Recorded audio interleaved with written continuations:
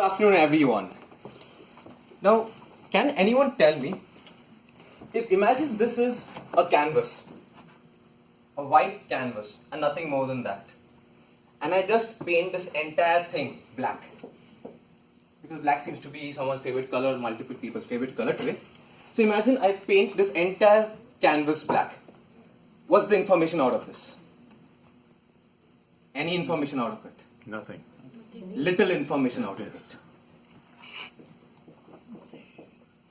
Now, in this black background, if I put a white color circle and I paint it white, okay, now this is white, another extreme color, does it convey any information? Maybe moon. Maybe moon. So to certain people, some information is coming out, right?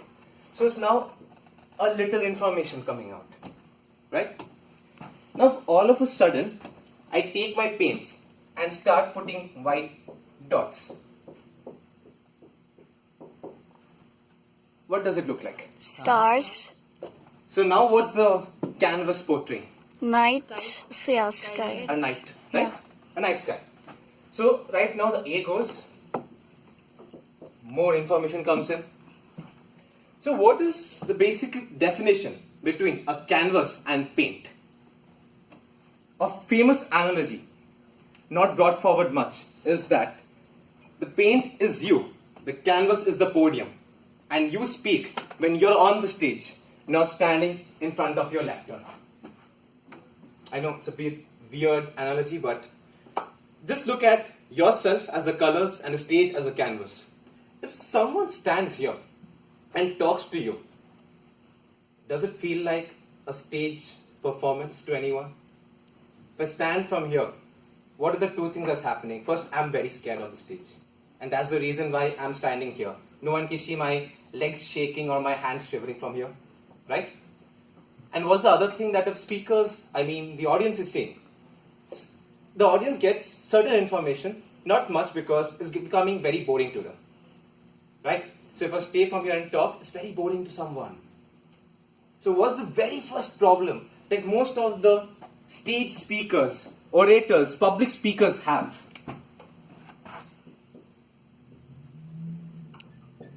Standing behind this lectern. And what is the next major progress a speaker can have from the lectern?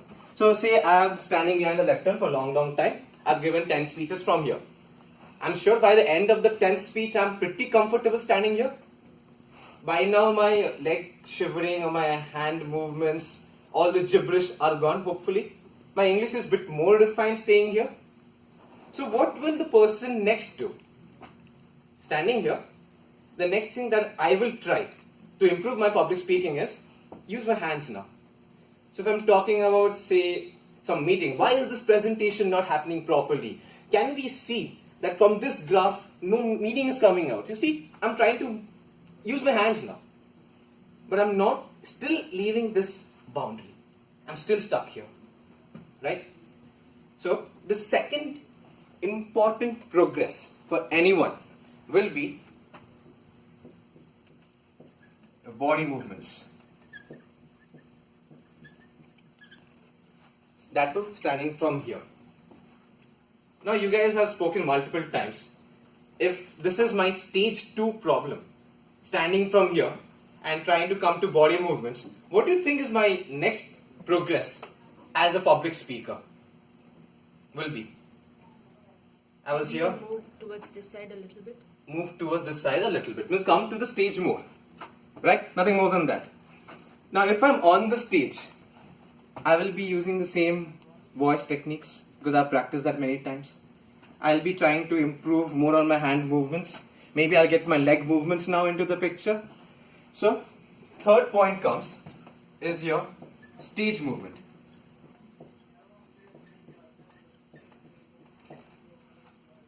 If you see, till now, this was the empty canvas.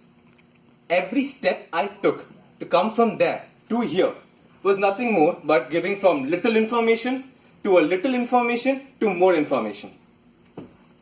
And your stage definition, as per most of the dictionary goes, when the person is on stage and talking, not standing on a lectern and talking.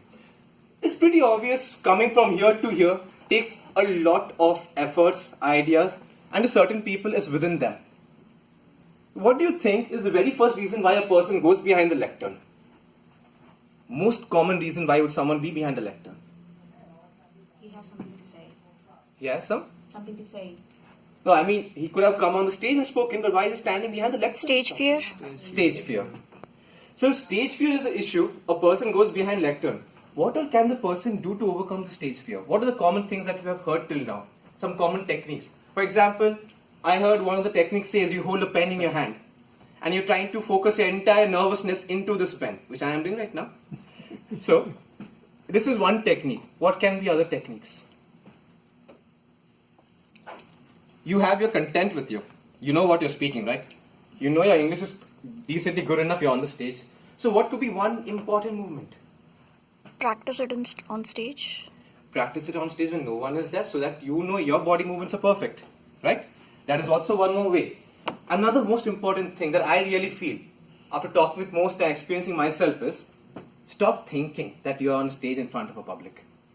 You rather think it's a small seminar you're giving, your marks is into it, your presentation is going on, bad presentation equal to bad marks, you lose your marks, your grade goes down. It's a very simple way. My friends have done it, it works for them.